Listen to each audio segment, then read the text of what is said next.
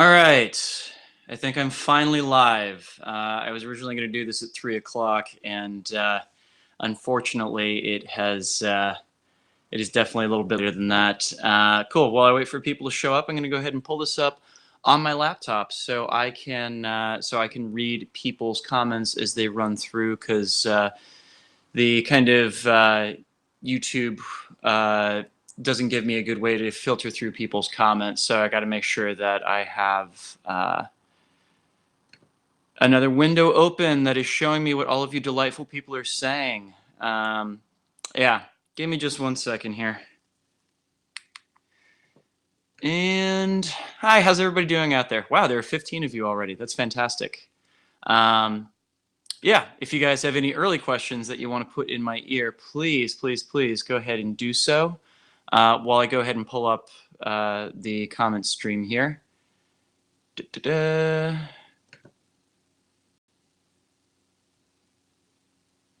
Hi. And where is comments? It does not show me comments. Hi, how you doing, Altus Clara? I am doing well.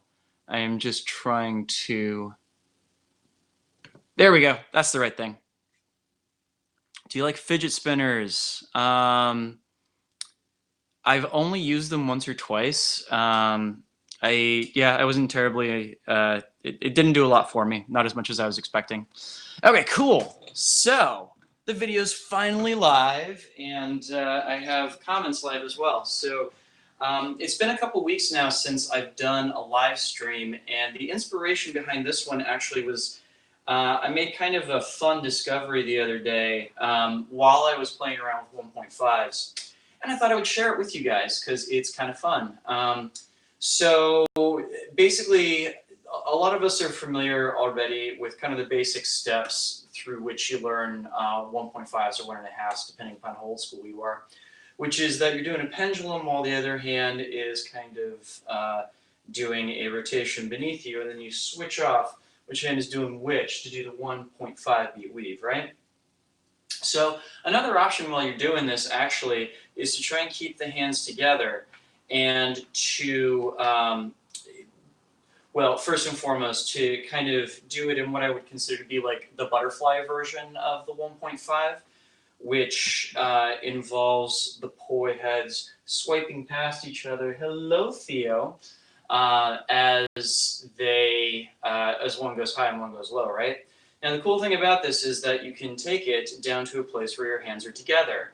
And the key to this is whichever hand is in front is the one that's going to do the static spin over, right?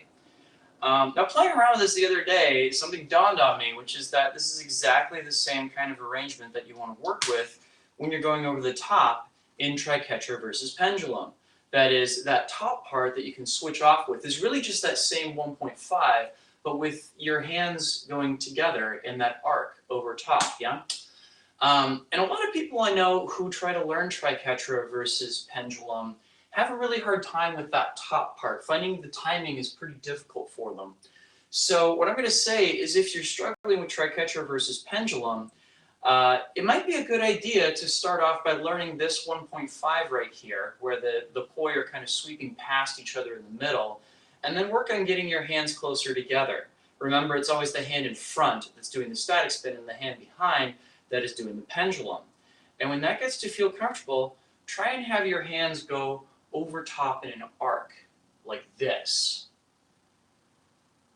And once you've done that, it's really just a matter of doing a couple pedals across the bottom to get that triquetra versus pendulum, which I think is pretty cool. And also, the other thing it sets you up for is when you're doing this hands apart arrangement right here, there's a second variation on triquetra versus pendulum where your hands go in split opposites instead. So say when my right hand's on bottom and my left hand's on top doing the pendulum, I can sweep them past each other in order to do triquetra versus pendulum with my hands in split opposites, yeah? You see how that middle part right there is still a little 1.5? We go past, up and over, past, up and over, past, up and over, yeah? So you can switch in and out of these 1.5s as well as doing these triquetra versus pendulums. And of course, you can bring your hands together or apart to switch timing and direction on those. Yeah, which I just personally thought was kind of a cool insight. And I don't know how many of you guys are out there playing with it. And it seemed like too small an idea to really do a complete video on, but it seemed like a cool thing to kind of do an initial live stream on. So I'm going to go ahead and start taking through a look through the comments right quick here. Just FYI, for those of you who are not already aware of this, I have something called a super chat enabled, which basically what it does is if you guys want to support the work that I do, you can opt to tip me through the super chat. And for your trouble, I will be more than happy to jump your question to the top of the queue. Otherwise, I'll just go through them in the order that I find and read them. Cool. So first question. Been working on this pendulum versus triquetra for a while, and it's hard to get the pendulum hand to behave as it should. Yes, yes, it is. And right below that, Vincent Stansbury is asking, are these questions only for pendulum versus triquetra? No, it is anything you want to ask me questions about. So yeah, let's start off with the pendulum hand in pendulum versus triquetra. So I'm willing to bet that you have the same problem with it that most people do, which is kind of finding the timing, because it feels like you want to kind of go over the top and keep it rotating. Either that, or you find that they fall together in a timing that doesn't quite feel right. Here's where I would start off on that, and that is to actually just practice doing what we sometimes jokingly refer to as an extendulum, which involves sweeping the hand down and around and letting the poi go out in a solid horizontal line to either side of your body, like so. And when that gets to feel comfortable, what I want you to do is think that from shoulder to shoulder, going across the top, your two poi are going to be going in split time, same direction, yeah? So as they go over the top, I want that other hand to point straight up as the poi below it is hanging down below. This is part of the timing thing that I think those 1.5s really help out with. And that should help out a lot. One of those like incredibly great tips that I got on how to do this trick many moons ago from Ronan McLaughlin was actually to seek out getting this little tabletop moment on either side of the trick, where you have the two poi sticking out horizontally before they go over the top together, yeah? So when I'm about to enter the bottom, my two poi are horizontal. I do the pedals on the bottom, and then I come back to a place where the two poi are horizontal over here before taking it up and over. And that actually might be a good way to get into it, is to just pause over here for a second and let your two poi pendulum back and forth. And then when, for me, it's my right hand. When my right hand poi is pointing inward, I'm going to take them both up and over and make sure that it's only my right hand poi that shoots up towards the ceiling. When I want to go back, I can do it off, the left hand. Again, wait until the left hand poi is pointed inward, and boop, point them both up and over, yeah? Up and over, up and over. And, you know, some people will just go back and forth with the top part of it like this. And then from there, it's just a matter of adding those two pedals on bottom, yeah? Good question. Sweet, let's see what other people have been asking about. Oh, goodness, there are lots of them. Ben Polvos asks, any fun drills to help train both sides at the same time? Yeah, so one of my favorite drills for training both sides at the same time, honestly, is just to do stalls in all the different timing and direction combinations. So, for example, doing down stalls, doing up stalls, doing top stalls, doing bottom stalls. And what you're going to find as you do this in all the different timing and direction combinations is that it trains your hands to move in as kind of like one unit, if you will. And it makes the left hand have to practice everything just as much as the right hand does, which is very, very helpful. And you know, it leads to cool things like these patterns right here, which when I first learned how to do this, I thought it looked totally epic and way overdid it as I got my flow on after that. So yeah, stalls in all four timing and direction combinations with the hands together. That would be my recommendation to you, sir. Let's see here. Zesty Flamingo says, love the content. Keep up the great work. Hey, my pleasure. Keep on watching. I'll keep on making them. Jeff Carrier says, opposite arms pendulum versus triquetra was cool. Never thought of that. Would love more that transition. Cool. Let me see if I can help you out in that regard. And again, once again, guys, if you want to, you can get your questions jumped in the queue, or even just help me out because I am a poor poi spinner after all, and leave me a tip in the chat window using the super chat and everything. Doing that helps out the channel, and it keeps me able to make really cool videos. One of which I have coming for you guys in 2 weeks, and I'm super excited about, but it is taking so much work to get done that that unfortunately I'm having to chip away at it in bits and pieces in my free time. So that split opposites, pendulum versus triquetra. I once had this described to me as being a 1.5 with a cat eye on the top of it, which is, you know, I can get behind that kind of way of looking at it. So the two possibilities that jump out at me right away of transitions in and out of this are things like doing a 1.5 beat weave, and then instead of turning, you just pop your hand up, yeah? Because the reason that works is that in this moment where we're switching from side to side, the hands are top and bottom, right? So they're already kind of working in split time, same direction. And then it's just a matter of changing them to split time opposites, because both split time, same direction and split time opposites share this position where we have one hand up top and one hand on bottom, right? Easy peasy. Boom, and boom, and boom, and boom. Another possibility would be to take a split time opposites anti-spin flower and switch into a pendulum across the top of it. Here's how that goes, is essentially you think of this area across the top as being somewhat like a linear isolation that's been stuck on its side. Linear isolations look a lot like cat eyes, but they're not quite the same thing. They're meant to be the poi just going straight up and down in a straight line. They're very, very hard to do cleanly. But in a horizontal kind of fashion, you can make use of that and essentially treat the edge of it over here as like the beginning of that 4-petal anti-spin flower. If you look very carefully, I'm going from a straight line, boom, to a flower. Again, easy peasy. And then boom, I just stall out to the other side to go back into my extendulum, right? So I have my split op pendulum versus triquetra, and boom, 4-petal anti-spin flower, and boom, split up triquetra versus pendulum. Cool, right?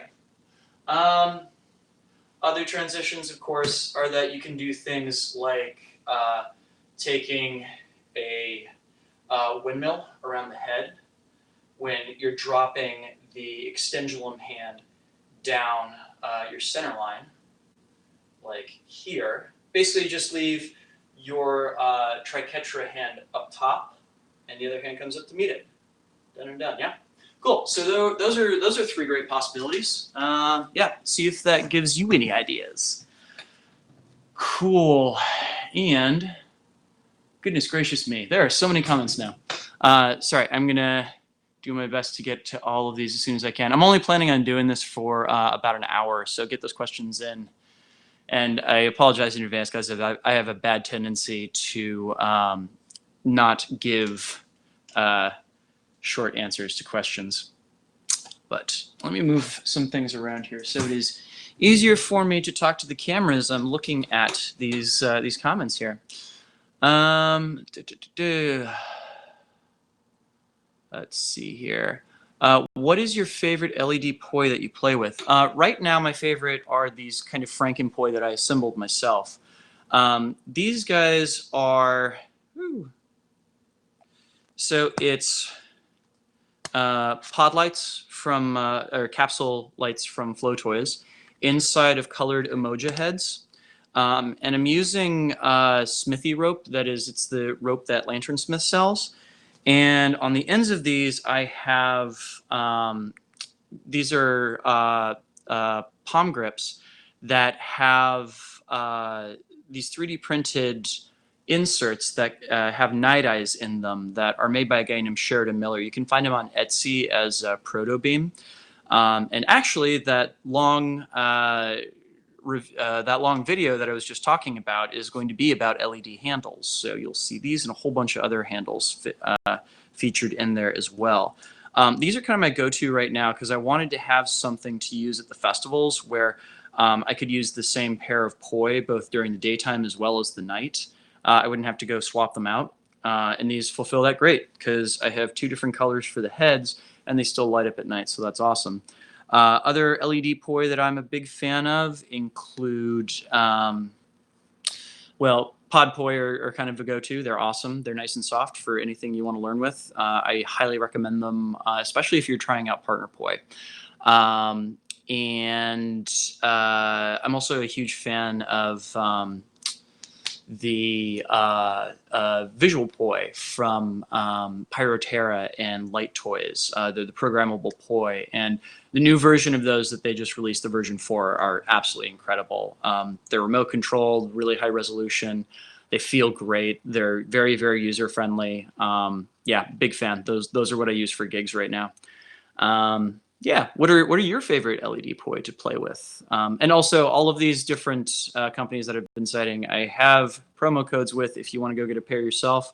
My promo code at each and every one of them is DrexFactor with a 0 instead of an O.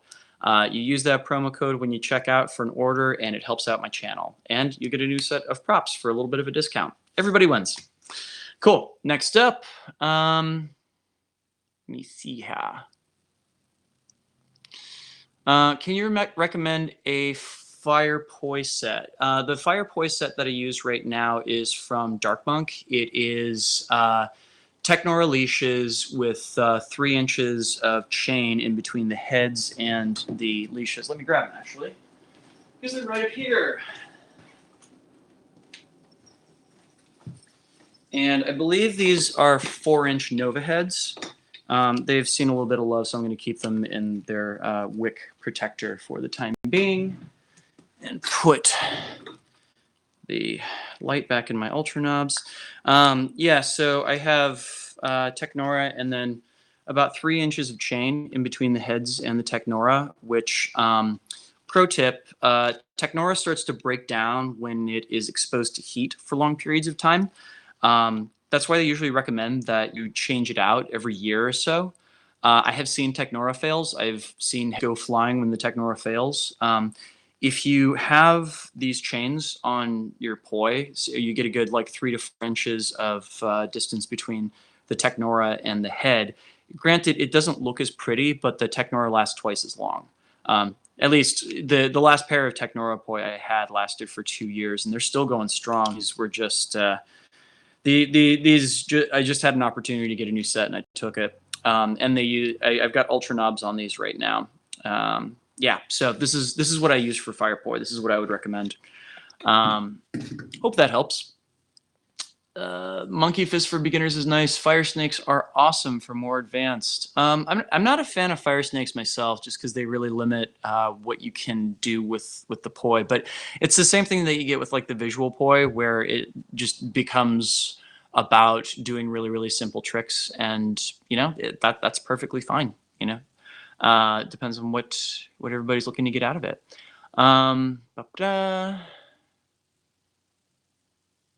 Do you have any tips on how to switch which are doing the pendulum and which one doing triquetra without any transition in between, like you're reversing the direction of the whole shape? Yeah, so hi everybody. If you're just tuning in, I'm doing a little live stream here that has kind of been centered around triquetra versus pendulum, but is also at this point just a general Q&A. If you have questions, you should feel free to put them in the comments. And if you want to support the channel, you can actually tip me using the super chat function, and I would really appreciate it, and I will jump your question up in the queue as a result of it. So yeah, how do you swap the hands for this? The answer to that, quite frankly, is when I have the two point out to the side like this, my hands are like basically at the same depth going away from me.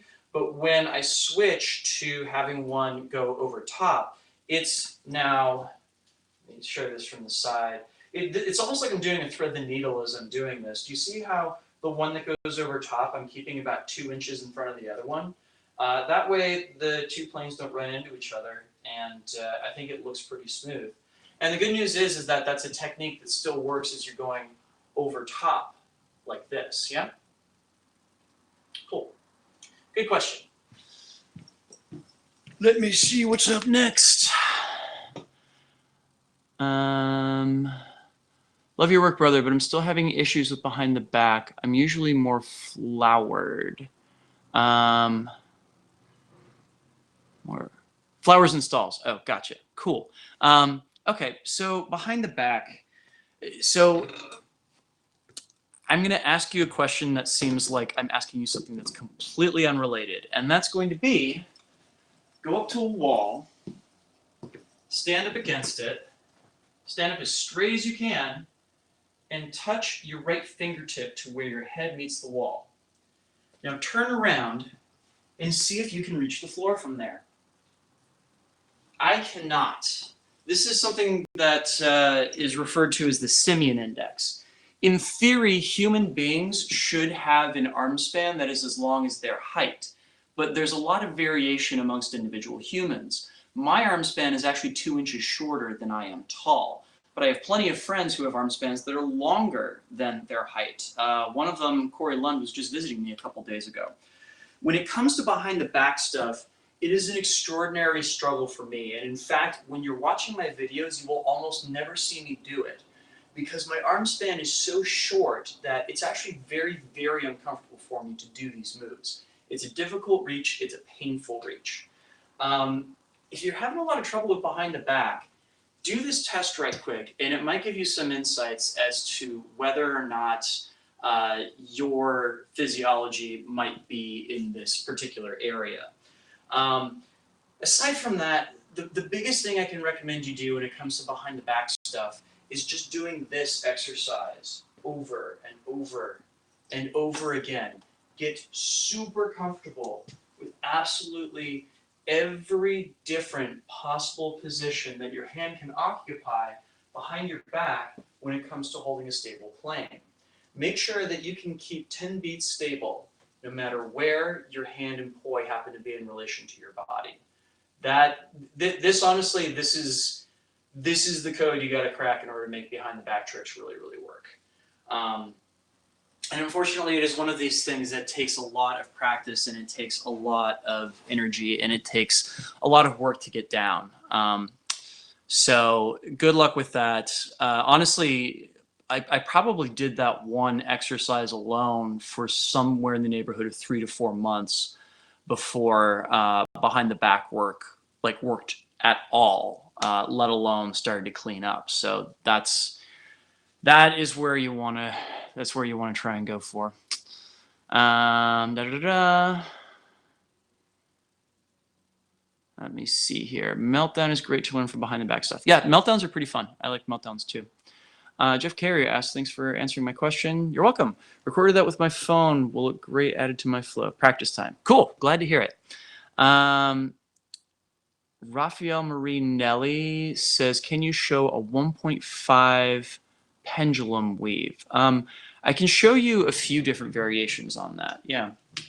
So the kind of classic 1.5 beat weave looks like this, and it has what I like to call that kissing moment that happens when the two heads approach each other, right there on either side of the body. You can also do a version of this where the hand doing the pendulum hangs over top of the hand that is doing the static spin on either side of the body, yeah? So in this case, you'll note that instead of my hands kind of quasi going split time same direction, they're instead going in something that's more akin to like together sing, right? Cool. I think you can also do this with the pendulum on bottom. Let me see if I can do a pendulum on bottom. Ah, yeah, it involves basically having to cross your arms. Ooh, good lord.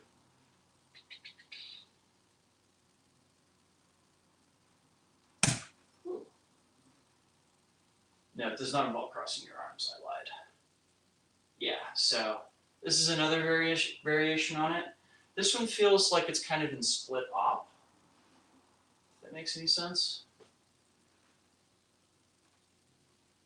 And of course, personally, I really enjoy doing this kind of split op 1.5 where the poi heads swing past each other rather than rather than swinging with each other as they go out. Yeah.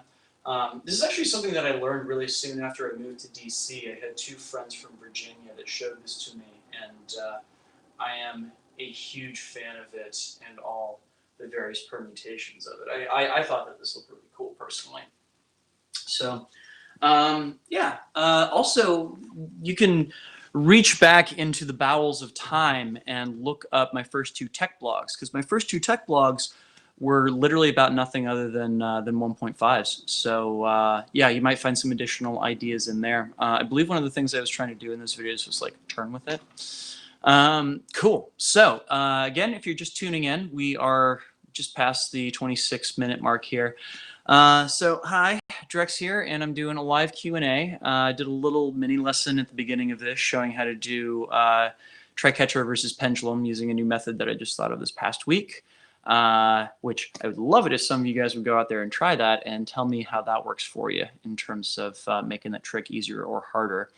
I'm just taking questions right now, and for those of you guys out there in YouTube land, I do have Super Chat enabled, so if you would like to help out the channel, you can tip me on the Super Chat, and I will jump your question to the top of the queue.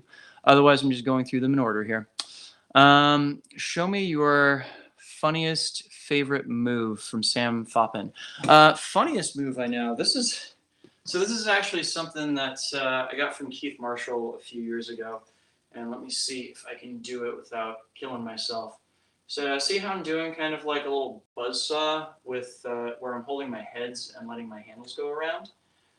I'm going to put them.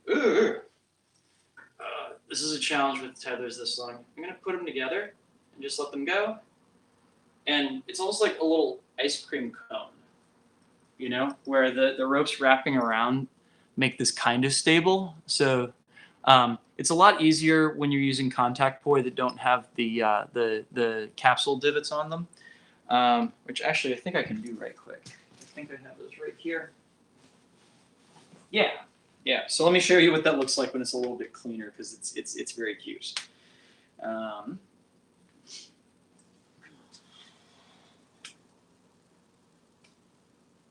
Cool. And we let it go. Ta-da! Yeah, that's the funniest move that I know. Maybe I need a better sense of humor, though. Anyhow, Michael O'Brien asked, what flower pattern would you recommend for somebody to learn that's just getting into flowers and is also simple enough to learn / perform and still looks visually appealing? So I would honestly say your first two ports of call with your flowers should, so number one, start off by learning anti-spin flowers, because I think they look cooler overall. And it's very, very easy to teach yourself anti-spin flowers in an afternoon. You just use this method. I think Ellie and John was the first one that I saw using this method, where you turn the poi at your side and you drop it down your center line, and then you move it out to the other side of your body. And then you pop the poi head up your center line and slide your hand underneath it, right? So it's drop out to the side, pop it up, and your hand sneaks underneath. Drop, pop it up, drop, pop it up, drop, pop it up. Now when you drop the poi head down, your hand goes down with it, right? And when you pop it up, your hand also goes up with it. So we drop, pop, drop, pop, drop, and pop, yeah? Now, when you do this with both hands, you can then go around with the two poi in together time, same direction, right? which in and of itself, I think that looks pretty cool. But the one that I think looks the most cool after that is doing it in split time opposites, in which case you take the same kind of idea and, well, number one, get the timing down, because the timing is a pain in the butt. I know it is, but there's just no other way than to practice it and everything. It feels a lot like double Dutch jump roping. Stick your hands out to one side and think that one of these poi is going to go straight up and the other one's going to go straight down. And it's almost like there's a rubber band holding your arms together, right? So if I spread them apart, they will snap back together on the other side of my body. Again, pull them apart and they snap back together. Pull them apart and they snap back together. Take a couple minutes to just like chill on either side and find your rhythm again. And again, one up, one down, they come together. One up, one down, they come together. And eventually you'll be able to get to the point where you can just go straight back and forth, popping them out and bringing them together, popping them out and bringing them together, like so.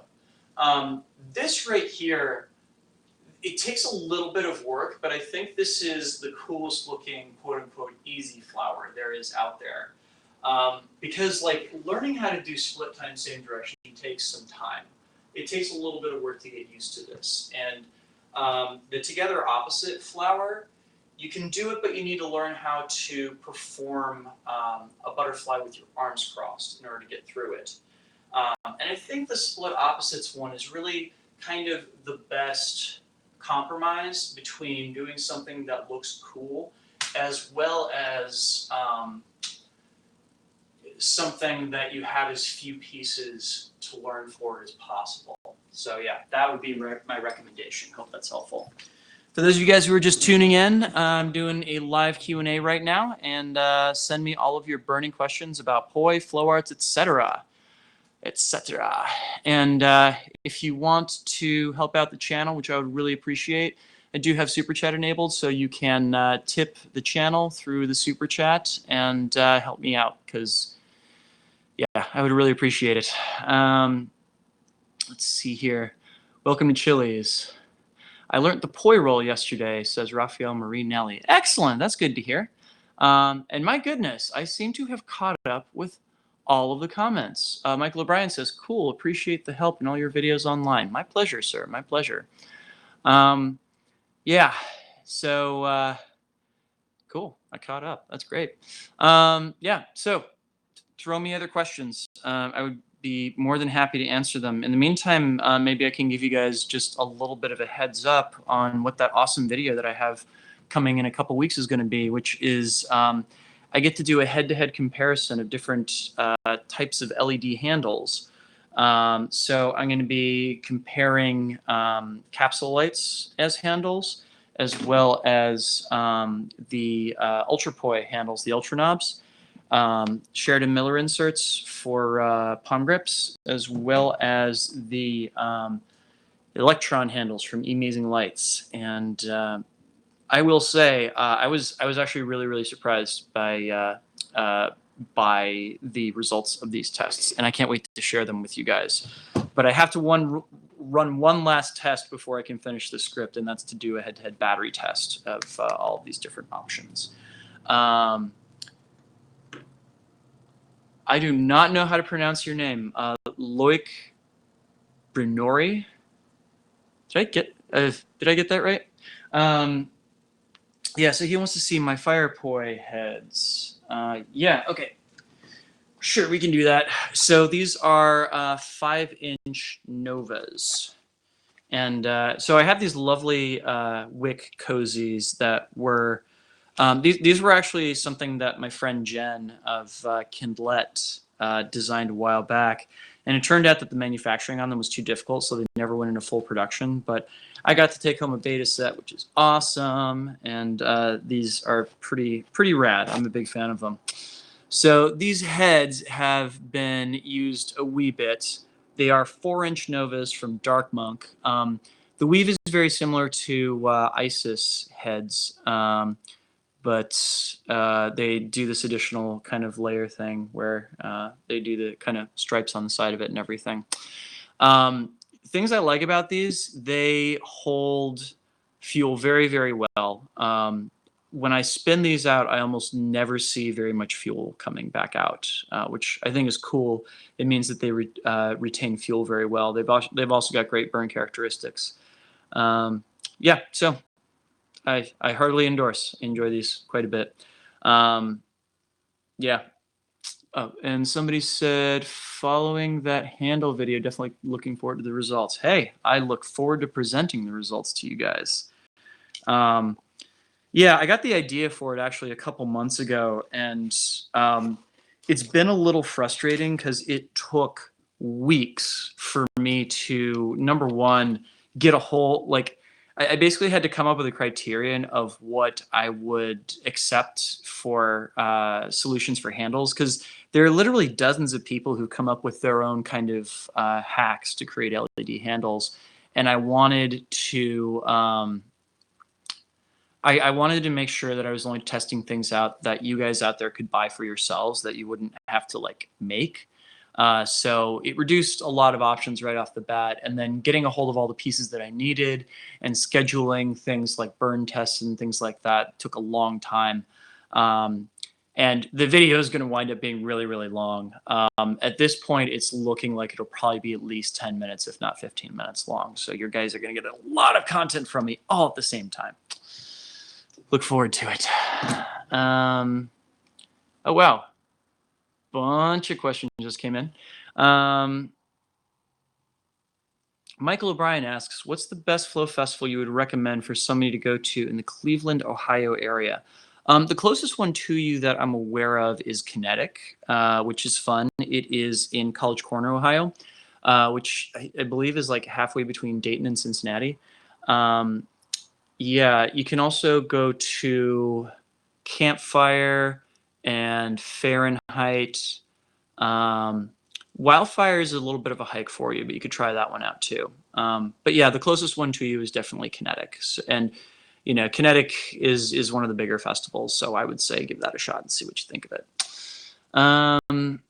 Zesty Flamingo asks, I recently found an okay transition from one-handed butterfly into one-handed weave. Meteor weave? Yeah, we would call that a meteor weave. But I can't seem to work any transitions from meteor back to butterfly. Aha! I can help. Cool. Awesome. For those of you guys who are joining us, this is a live Q&A. Give me all of your questions about poi and flow arts related stuff. I am right now showing how to go between a meteor weave and a butterfly. And also, too, for those of you guys out there watching, if you want to help support the channel, please consider giving a tip in the super chat function out there. It helps out a lot. That's what helps keep this channel afloat. Cool. So I'm in a one-handed 2-beat weave here, right? Now, this is going to seem a little weird, but essentially what I'm going to do is as my poi are coming around here, and I'm trying to do this without breaking anything in my apartment, is going into like a forwards butterfly. My pinky side poi is already going the right direction. My thumb side poi, however, is not. So I'm actually going to take a moment where my thumb side poi is going to do a pendulum here and stop over on my non-native side. I'm going to let it drop back down past the other poi, and the two of them are going to shoot up in a butterfly, yeah? So to see that in action, we have that moment right there, yeah? Let me do that for you one more time. I have an easier time transitioning to a reverse weave from here, where again, I kind of stall out the pinky end poi, do a spiral wrap, come back out in a forwards weave, and stall out the thumb end, switch into butterfly. Easy peasy. Still at the pinky end, reverse weave, spiral wrap to reverse direction, or you know, you could do something like you could do like some arm wraps or something like that to switch directions. Totally up to you. Like so. And then stall at the thumb end, and you're in a one-handed butterfly. Congratulations. There are other ways to do it, like off of bounces and the like, and that's just my favorite way. And is it in that same tabletop area? I don't understand the context there. I apologize. Michael Freeman, I'm from the Milwaukee, Chicago area. Oh, gotcha. That is related to the question about a flow festival near Cleveland. Cool. I hope that helped, by the way.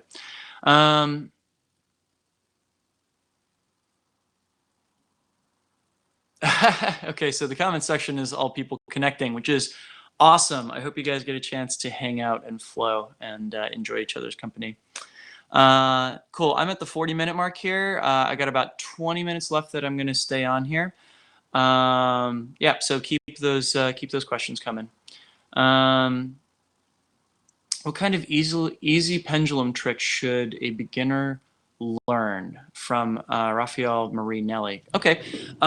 Honestly, like I would say when you're starting off with pendulums and 1.5s, the best thing that you can do with them is going to be to use them as transition tools. So for example, as you're doing a 1.5 weave here and everything, rather than having that top poi stall out, you can switch it straight into a 3-beat weave and reach back to pop out into a 1.5 again.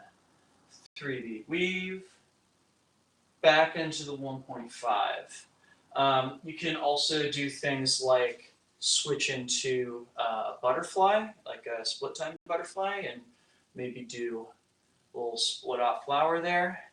And of course, you can switch back in here. Yeah, explore all the different transition possibilities that you have with these 1.5s, because that's really the meat of what they are useful for. You can also like pop into a spiral rat from there and then switch which way you're doing the 1.5s. There's a lot of possibilities here. And of course, we talked earlier about doing windmills when you have one hand up top, like so. Yeah, so there's a lot of possibilities there, but think of them as being transition tools. That's what pendulums are really good for. Cool. Light Bears says, "Hi Drex, I have been off spinning for 2 years and I have a really hard time getting back into it. Any tips?" Yeah, here's a couple tips. So the biggest one honestly has to do just with your practice habits, and there are ways to kind of make sure that you're getting the most out of that. What I would say to do first is like basically set a date with yourself, and do one of two things. It's either set down an hour that you're going to work on poi every single week, and you're going to make that you're going to make that appointment no matter what you do. This is a date with yourself. And you get away from the rest of the world, you turn off your phone, you listen to music, and you just spin for that hour. You work on new things, or you work on your flow, or what have you. But during that hour, that is poi time, and that is poi time alone. Alternatively, you can do what I used to do when I worked a regular job, which is to essentially what you're so like during my lunch hour, I used to dedicate a half an hour of my lunch hour to going out and spinning poi. And again, this was one of those things that happened rain or shine, and it got me it got me pretty far. It got me really really far. And of course, the problem always was there that I wanted more time to practice. But in a way, it was a good thing because it made me want it that much more when I got back to it the next day, you know? Now, in terms of motivating yourself to do this frequently, I recommend setting what I call proxy goals. So, like, when I was spinning in my first 2 years, it was my goal to learn as many new tricks as I possibly could. And the way that I kind of tricked myself into doing this was that actually how my YouTube channel started. I basically said, okay, I have to do one video every week showing off a new trick that I've learned. And that forced me to practice, to have something new to show off. And it meant that I did a lot of tech blogs on really ugly moves, but at the same time, it forced me to practice. So I would say something like that. Maybe set a regular thing with your friends that every week you have to show your friends a brand new trick, or maybe post a video like I did, post something to Instagram, etc. Yeah, that is what I would recommend. Give yourself kind of like in the behavioral economics world they call this bundling, wherein you kind of shoot for a target by shooting for something that's kind of close by and making it so that if you do one, the other happens as well. Um, so yeah, that would be my recommendation there. Pick a few things that you'd really like to get into, maybe flowers, gunslingers, one-handed stuff, who knows, and just spend the next few months digging very, very deeply into it. That's what I'd recommend. Cool. Matthew Freeman says, a journey of 1,000 miles begins with a single step. Isn't that the truth? Good Lord. I think that my journey's gotten a few more than 1,000 steps, but I keep changing how long I expect the destination to be. So it kind of factors into that. We're at 45 minutes here, and if you are just now joining us, this is a live Q&A about poi, flow arts, and anything that you possibly could want to ask. I'll be on here for another 15 minutes asking your questions. In the meantime, those of you guys who are out there, you can help out the channel by using the super chat function and tipping to help keep this channel alive. And if you do, I will jump your question to the top of the queue. Yeah, thanks in advance for that, because it is super duper helpful to me in keeping this channel running. Next question, a little basic isolation, please, from Loic Brunori. Okay, sure. So isolations. So I'm not going to sugarcoat this. Isolations are really, really hard. I know a lot of tricks for making some poi moves easier, and there's just no way around isolations aside from just practicing the living hell out of them for quite some time. Isolations are a lot like pliés in the dance world, where more or less you are, you never get to perfect them. You just work at making them as good as you can. Here are a couple ways that you can go about doing that. There's the Nick Woolsey method, where you kind of like hang the poi from your hand and turn it around in a circle and try and keep your hand and poi at opposite ends, and then eventually work your way up to vertical. I don't think that's nearly as effective as this other method, which involves sticking a hand out as though you're going to like block a punch. Actually, let me turn this way, you'll be able to see more. And I'll take my poi and hang the tether right next to my arm, like this, yeah?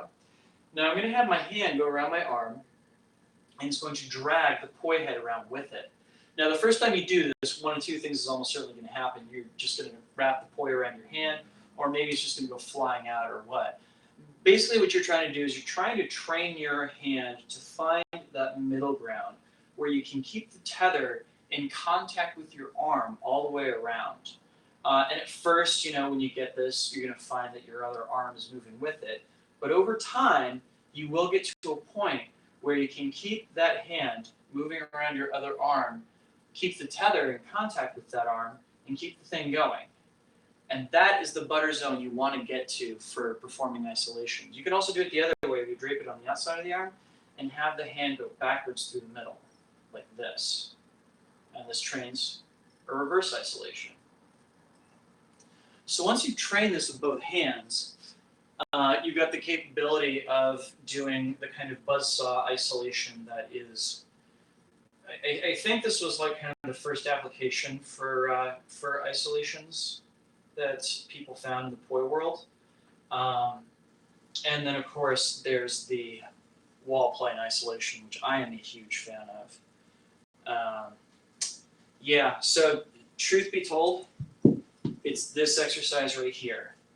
Do this to death, do it until you're sick of it, and then do it twice as much. No BS.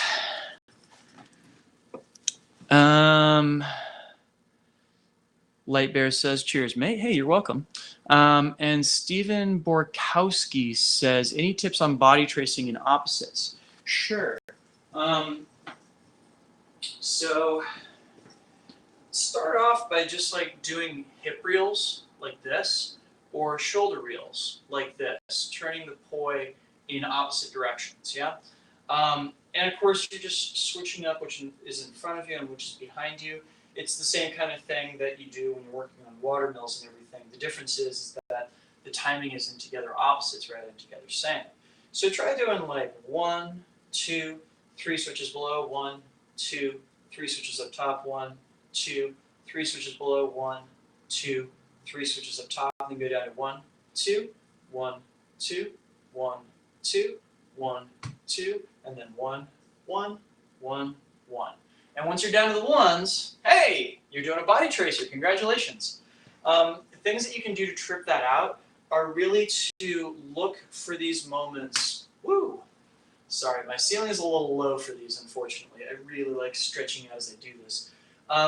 See if you can, as you're going up, get it so that you're kind of like brushing that tether through your armpit. That's what tends to sell this move and make it look really sleek. And of course, do the same thing on the way down. Reach that tether beneath the armpit. That would be my recommendation there. You said it right. Your name? Cool. Yeah, glad to hear it. Altus Clarus says, thanks for the stream. See you later. Hey, thanks for tuning in. See you later too. Floarius asks, hi Ben, I learned myself one hand weave, but I do 4-beat weave. Do you have some tips for doing 3 beats with one hand? Ish. So here's the thing. Weaves work differently, whether you're using 2 hands or whether you're using only 1. And there's a complicated explanation for why this is, but for the time being, all you need to know is that when you have an odd number of objects involved in a weave, that is, if I only have 1 hand available, then the weave that, basically the only weaves that look symmetrical then are even beat number weaves. So 2-beat weaves like this, or 3-beat weaves, or excuse me, 4-beat weaves like this. And the reason for that is, do you see how I'm doing an equivalent amount of work on each side as I'm going around there? If I use 2 hands, then it switches over to being a case where to make it look symmetrical, I have to do an odd number of beats. So my right hand comes on top, my left hand comes on top, and that results in 3 beats, right? Now you can do a 3-beat weave in a one-handed kind of place, but it looks asymmetrical and it looks really weird. That said, it does teach you some interesting things about spinning one-handed. The way to do that is essentially you're going to switch off which end of the weave you're leading with. Right now, I'm doing a thumb leading meteor weave, and if I switch to a pinky lead on my backside, this becomes a 3-beat weave, which makes sense if you think about it, because the whole point of a 3-beat weave is you're switching up which hand is leading to either side of your body, right? So you can think of that working the same way with the edges of your hands.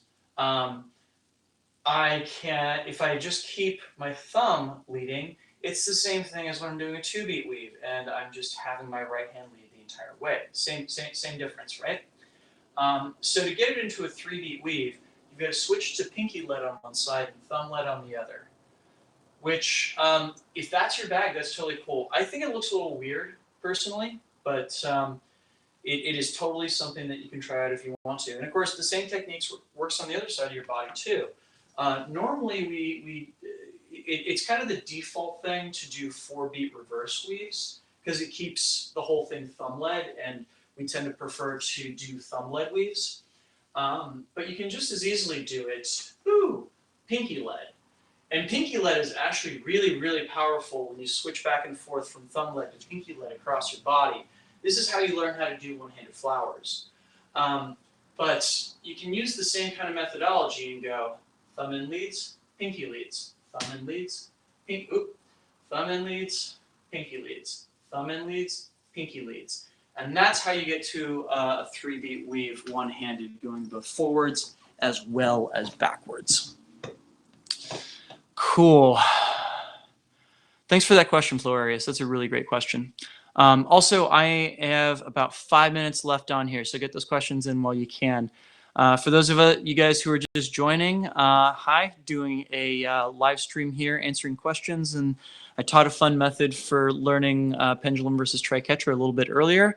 Yeah, and I am doing my best to get through and answer all these questions. Look, Brunori says your poi are soft. The heads of light poi. I wish they were. No, they're pretty hard. These are basically contact poi heads that have lights inside of them. So when they hit me, they do hurt quite a bit. Matthew Freeman, I can forward 3-beat one hand, but can't go the other way. I can't where the heads are going upwards towards your body. Any tips? Yeah. So as you're going from forwards to reverse, grab the thumb end, the head as it goes up, and try and bring your pinky end around the inside of your arm, right, into the 2-beat. And then you can do pinky thumb,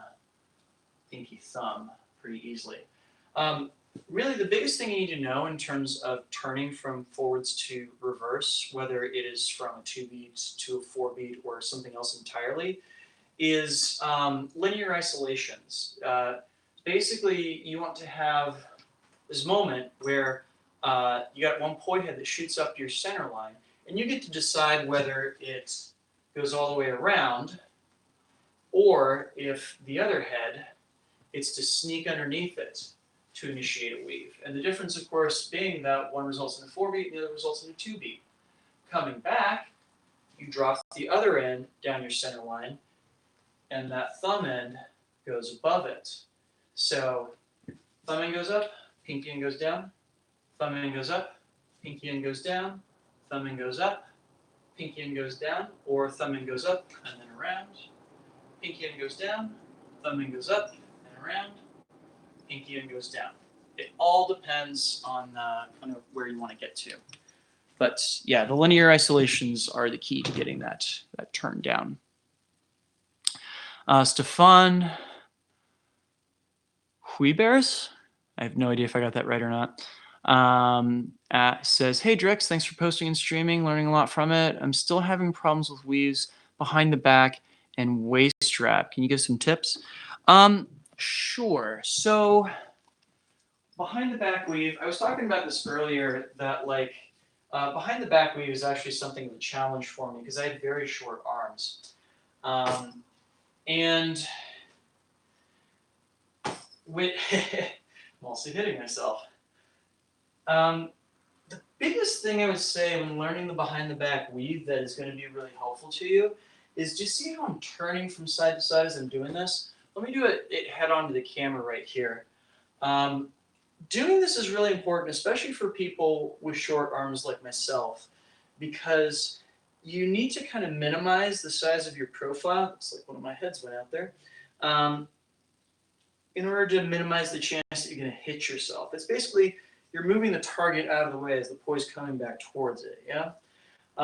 If you can do that, it'll really help keep this stable. A lot of people try doing it where they're just like trying to move their arms, which number one is extremely painful. And number two is a lot of effort for what can be accomplished with a lot less effort. As far as the waist strap goes, not knowing where you're running into problems with it, what I would say is that you have to bear in mind that you don't actually need to know how to do a behind the back weave in order to do a behind the back waist strap. What you just need to think about is getting your left hand behind your back and getting your right hand around it, and then getting your right hand behind your back and your left hand around it. Right hand around left, left hand around right, right around left, left around right. And you know, one of those things that I had problems with when I first learned this was hitting myself as the poi were coming around. And again, the way to get around that is to turn your whole upper body to remove the target as the poi's coming around to it. That and working on your planes, yeah? So, sorry, but it really hurts my shoulders to do those. Cool. So it looks like we're coming to the end of the questions here, which is great because we are near the end of the hour. So thanks everybody for tuning in, for asking amazing questions. Be on the lookout for that video about LED handles in the next couple weeks here.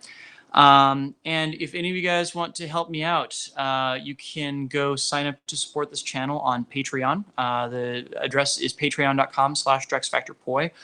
Or another way you can help out the channel is if you go to Flow Toys or Ultra Poi or Lantern Smith, you can use the promo code DrexFactor with a 0 instead of an O. It'll get you a discount on your order and it helps the channel out. So everybody wins. Cool. Give that a shot. There was one last question that came in. One hand. Pendulum versus triquetra, is it possible? Yes, it is. I have a video on that very thing, actually. And unfortunately, I have to sign off. So what I will tell you is do a search on YouTube for that video, because yes, it is possible, and I have a video of it. Thank you for asking. Anyways, thank you guys for tuning in, and I hope you guys have a wonderful weekend, and I'm going to try and be back in another 2 weeks with another one of these live streams. I'm going to try and do them every 2 weeks now. So peace, and thanks for watching. Oh, and before I go, a quick thanks to the friends of the channel. These are companies that support me on Patreon, which at this point are Flow Toys, Amazing Lights, Dark Monk, Ultra Poi, and Spinballs. Thank you to all of them for making sure that I have a roof over my head and food on my plate. And thank you guys for watching. Peace.